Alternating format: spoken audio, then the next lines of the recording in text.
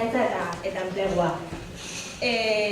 Lehenik eta behin, eskerrik asko guztiei etortzeagatik, pixkat beratu hasi gara, baina, bueno, tenemos muchas ganas de ver a Yayo, de oírla. Bueno, denbora ez galtzeko, bakarrik, bere aurkezpen txiki bat, labur bat egingo dut, guzti ezagutzen dugu, orduan, nahiz eta errakoska ez izan. Bera antropologoa da, gizarte hezitzailea eta nekazaritza ingeniari teknikoa, UEM-ko zuzendari orokorra. Garua kooperatibako sortzaile eta kidea 2009-tik 2012 arte. Ekologia sozialaren inguruko hainbat libroren eta artikuloren egilea baita. Egoan eta Papelezen kontseiluko kidea. Ekologistas en Acción, Ekologistas en Accióneko koordinatzailea izan zen 2012-tik 2014 eta bertako kidea da oraindik. Bueno, como decía, no hace falta presentaciones, pero bueno, voy a decir un par de referencias, ¿no?, sobre ella. Yayo Herrero es antropóloga, educadora social e ingeniera técnica agrícola. Es directora general del UEM también, socia fundadora de Garúa Cooperativa. Fue coordinadora del CEIM de 2009 a 2012, coautora de más de una decena de libros relacionados con la ecología social y numerosos artículos.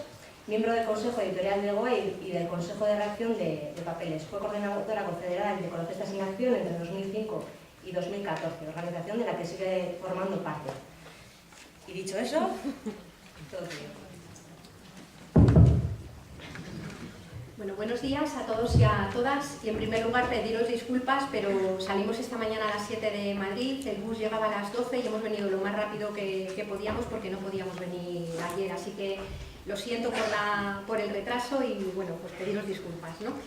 Bueno, en esta parte de taller, que es como el inicio del eje de cambio de modelo productivo, lo que vamos a hacer va a ser compartir algunas reflexiones en torno a los problemas que tenemos y al por qué hablamos de necesidad de cambios de modelos productivos desde una perspectiva ecosocialista, y los vamos a compartir de una forma breve. Vamos a compartir durante 20-30 minutos como máximo.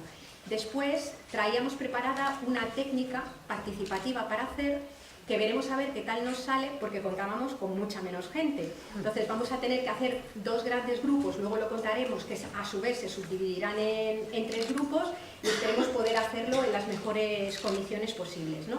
Y finalmente volveremos a estar en plenario, donde será un espacio para compartir, hacer preguntas, reflexiones, comentarios, que lo que pretenden es seguir alimentando ese debate sobre el necesario cambio de modelo económico, que va a ser profundizado en diferentes ejes y temáticas en los talleres que vienen a continuación y que siguen durante esta tarde, ¿vale?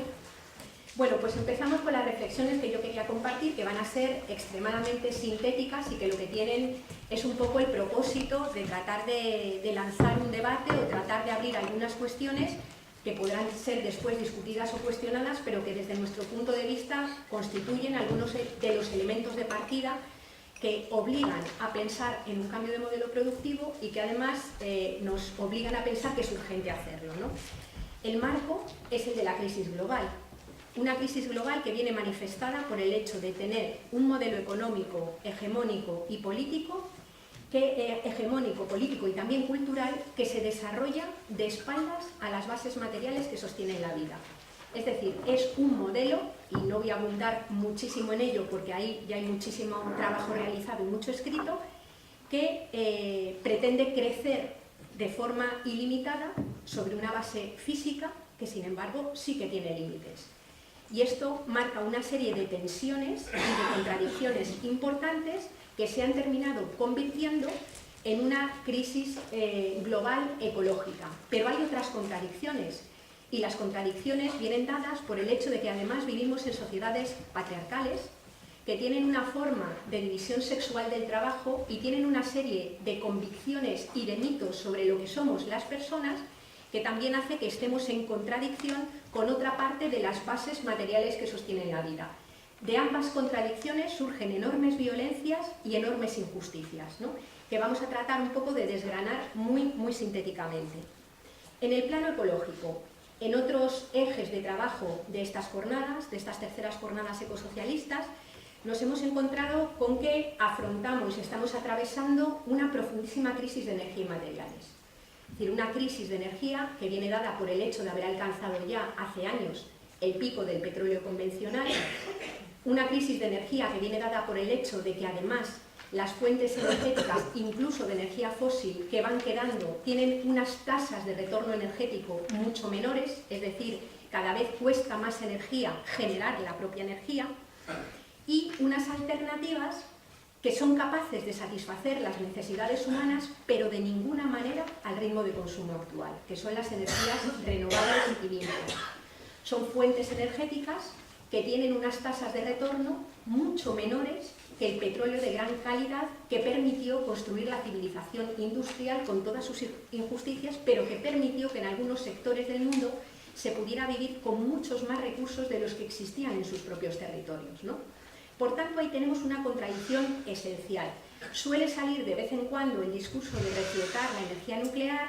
Yo no me voy a detener en lo que desde el movimiento ecologista hemos trabajado más, que es la potencial peligrosidad de sus instalaciones y el hecho de generar residuos que tienen que ser custodiados y gestionados miles de años después de que hayan sido generados, sino que me voy a parar muy sintéticamente en otro aspecto estructural, y es que la energía nuclear depende de otro mineral no renovable, que es el uranio, que tiene también calculado su propio pico de extracción, que ahora mismo se calcula para dentro de unos 50-60 años al ritmo de consumo actual, teniendo en cuenta que la energía nuclear ahora mismo proporciona un pequeño porcentaje solo de energía eléctrica, ¿no?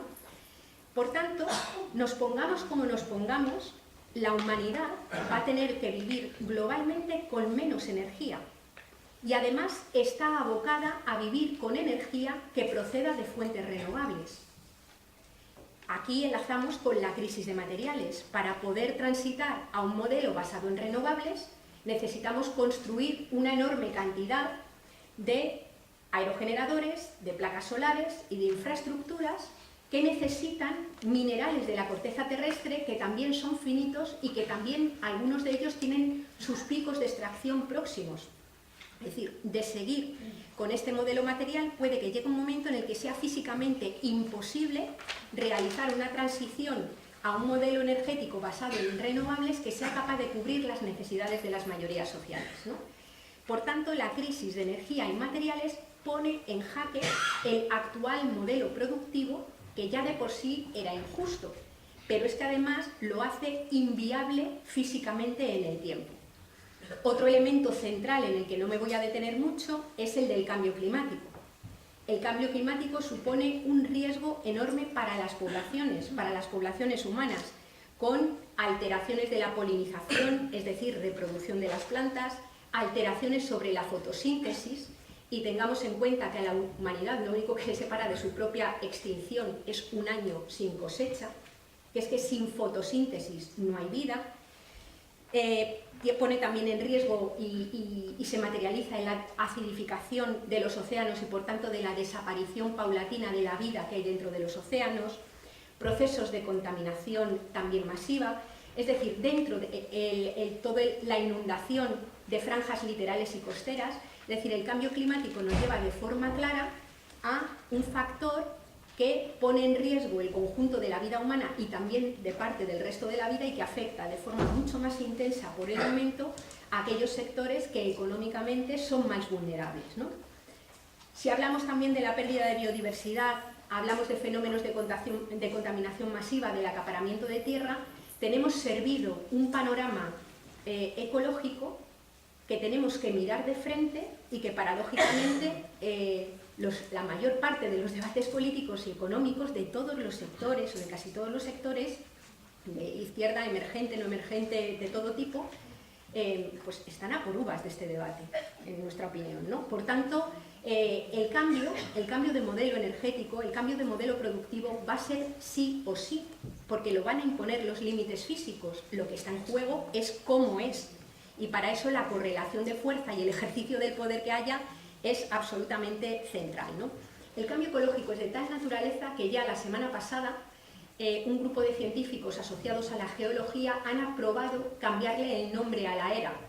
Esto que Paul Crutzen lo decía hace tiempo y que nuestro queridísimo Ramón Fernández Durán plasmó ya hace años en un libro, se ha hecho ya evidente por parte de la comunidad científica. y se estima que desde el año 1950 ya no vivimos en el Holoceno, una era geológica dentro del Cuaternario, sino que vivimos en el Antropoceno, porque es la especie humana la que se ha convertido en la mayor modeladora de la corteza terrestre y mayor ingeniera de los sistemas de la vida, ¿no? Bueno, podríamos haber pensado, y ha sido un tema de debate constante con compañeros y compañeras de sectores de la izquierda, ¿no? Podríamos haber pensado que al menos tanto destrozo de la naturaleza ha traído un enorme bienestar. Y lo que vemos cuando lo analizamos en una perspectiva amplia es que este modelo, además en el plano humano, ha ido profundizando las desigualdades en todos los ejes de dominación. De primeras, para construirlo en Europa y en los sectores ricos, fue necesario saquear y expoliar en procesos coloniales y neocoloniales los países de la periferia. No hubiera sido posible montar el modelo de estado de bienestar tal cual se concibió después de la Segunda Guerra Mundial si no hubiera sido por un proceso de saqueo de esos recursos que han podido de alguna manera componer ese metabolismo. Por tanto, la ficción de un estado de bienestar que se ha mantenido durante apenas 30 años, los 30 gloriosos para algunos sectores, se ha construido con cargo al resto del mundo. Y ahí los datos de huella ecológica nos muestran de forma evidente cómo los estilos de vida que tenemos en Occidente solamente se pueden sostener gracias al acaparamiento y a la utilización de cantidades ingentes de residuos, de recursos de otros lugares, ¿no? En segundo lugar, lo que nos encontramos es que según se va profundizando la dinámica de agotamiento o de deterioro de la naturaleza, esa periferia cada vez se va agrandando más. Y ahora mismo, ya fruto de las crisis económicas de los últimos años, vemos cómo el sur de Europa se empieza a conformar como una nueva periferia que se segrega de lo que era hasta ahora ese pequeño mundo rico.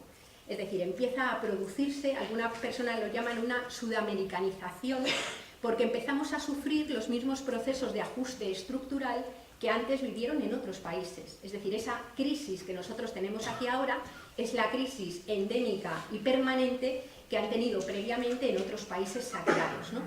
Y aparecen pues todas las dinámicas de desempleo galopante, de exclusión o el proceso de crecimiento de trabajadores y trabajadoras, me refiero empleados y empleadas, pobres, porque ya las propias condiciones laborales son generadoras de pobreza. El trabajo deja de cumplir la función social de librarte de la pobreza y la función también económica de salvarte de la precariedad, ¿no? Esa situación nos la estamos encontrando desde hace tiempo. Pero hay otra profundísima crisis, una crisis urgentísima, que con frecuencia está mucho más escondida, aunque tenemos todos los elementos para poder analizarla. Y es la crisis de la reproducción cotidiana de la vida, ¿no? Hay una segunda dependencia material, aparte de la naturaleza, que es la dependencia que todos los seres humanos tenemos de otros que nos rodean. La supervivencia de un ser humano en solitario es imposible. Siempre hace falta otras personas que a lo largo de toda la vida, pero sobre todo en algunos momentos del ciclo vital, sostengan esos cuerpos vulnerables en los que vive la vida encarnada. Hablamos de la primera infancia, hablamos de la vejez en una población como la europea extremadamente envejecida, hablamos de la discapacidad o la diversidad funcional a lo largo de todo el periodo vital. Esas vidas no pueden mantenerse tampoco en el plano material si no hay gente que cotidianamente dedica tiempo y energía a sostener esos cuerpos, ¿no? Bueno, pues esas tareas están escondidas mayoritariamente dentro de los hogares. Cuando están en el mercado son los trabajos peor pagados, más invisibilizados y más precarios que existen, y esas tareas son mayoritariamente realizadas por mujeres. No porque las mujeres estén mejor dotadas genéticamente para hacerlas, sino porque en las sociedades patriarcales el modelo de división sexual del trabajo impone que las hagan las mujeres, con mecanismos simbólicos, culturales y económicos. La idea del amor, el amor esencializado sobre las mujeres, la idea del deber o el propio miedo, porque en los hogares muchas veces son los espacios más violentos para muchas mujeres, obligan a que sean ellas quienes lo realizan. Y eso también tiene límites. Estamos viendo en la prensa los bocados que se le han metido al Fondo de Reserva de Pensiones. Estamos también viendo en la prensa constantemente cómo se ha cambiado la pirámide demográfica. Si yo vengo de una familia de 5 hijos que cuidan a una madre porque mi padre ya murió, de nosotros 5 solamente 3 han tenido hijos.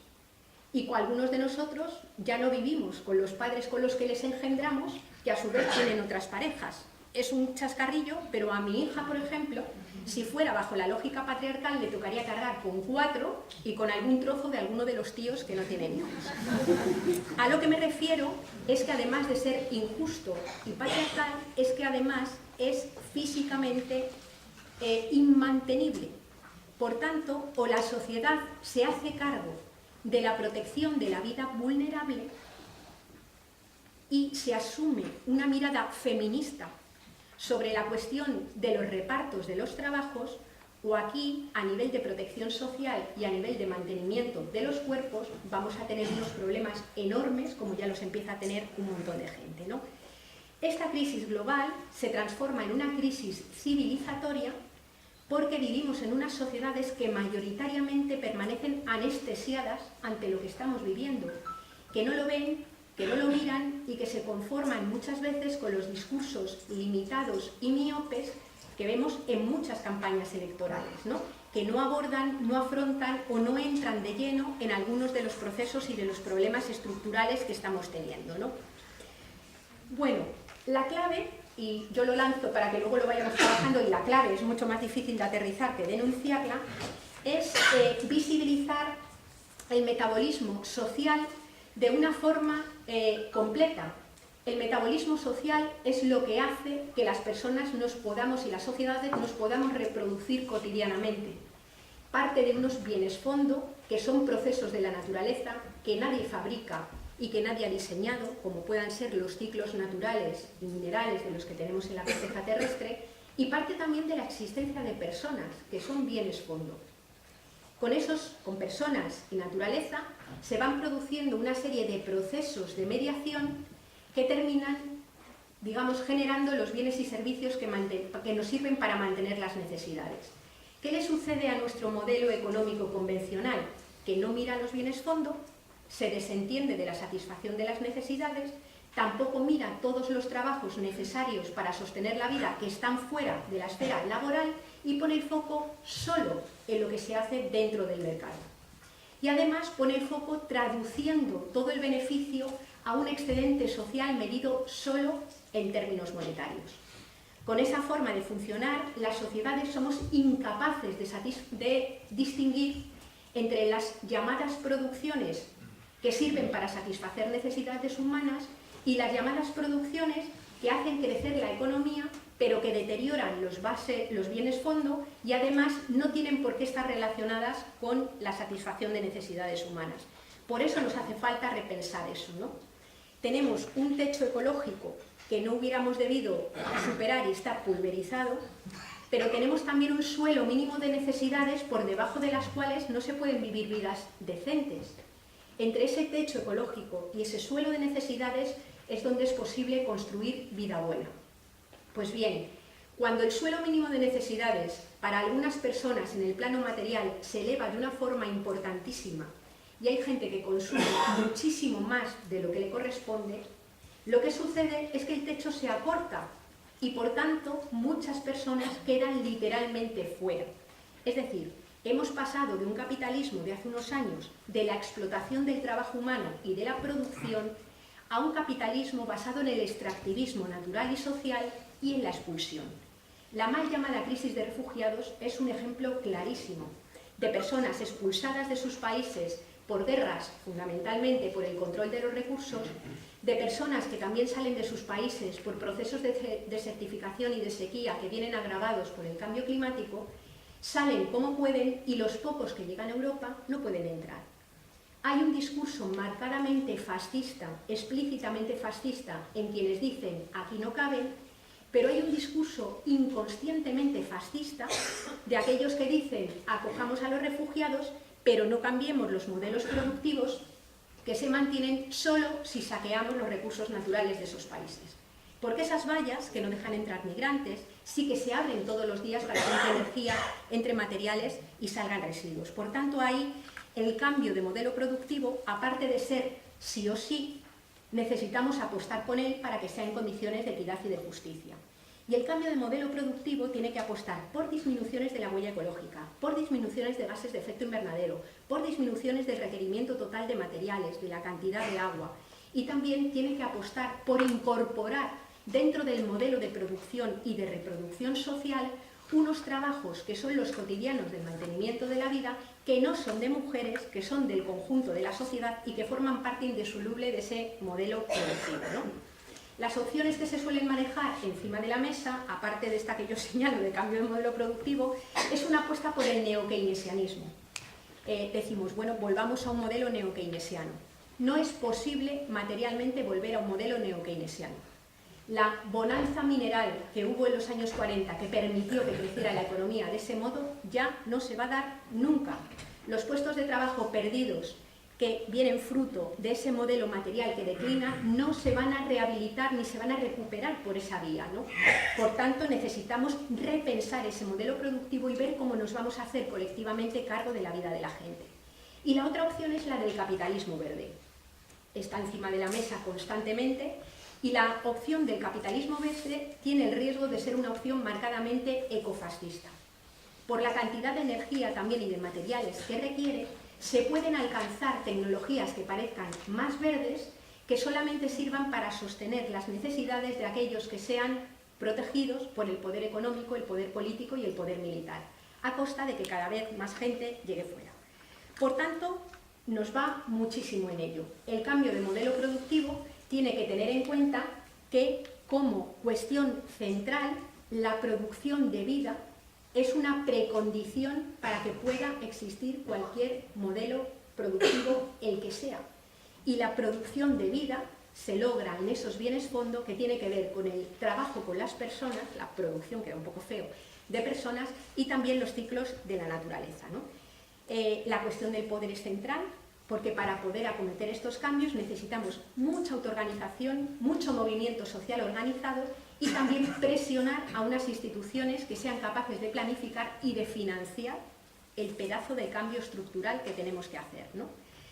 Decir simplemente, para terminar, que yo creo que cuando hablamos, por ejemplo, de la lucha de clases, merece la pena que resignifiquemos esa lucha de clases. Ya no nos encontramos solo con una contradicción capital-trabajo, sino que nos encontramos también con que el modelo productivo tiene que incorporar las relaciones con la naturaleza y las relaciones entre las personas, porque sin ellas no hay modelo productivo.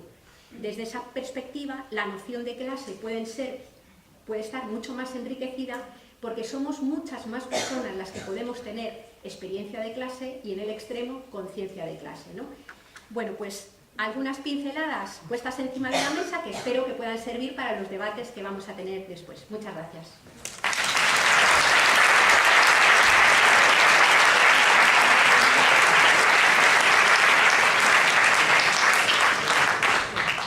Bueno, pues vamos a ver ahora cómo nos organizamos y qué tal nos sale esto. Marta, ¿vienes tú? Marta es una compañera. Asistente. Sí. Ya está sobre la marcha viendo cómo nos organizábamos. ¿Lo cuentas tú?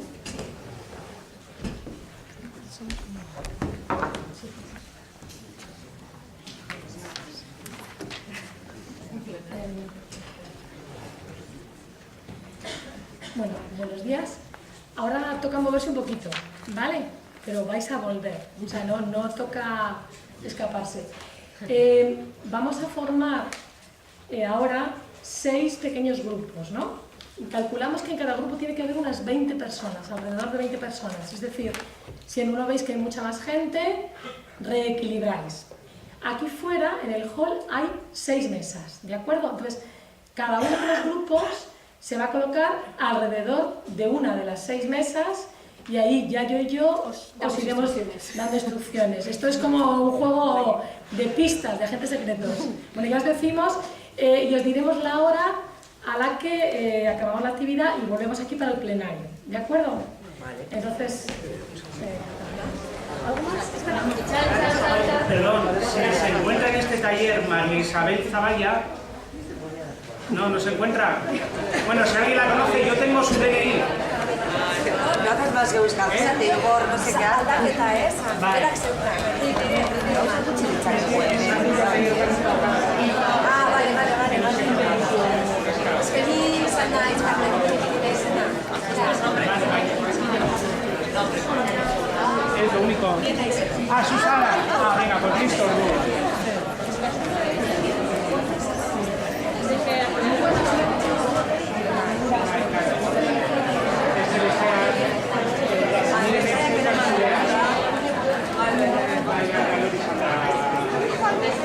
Vale.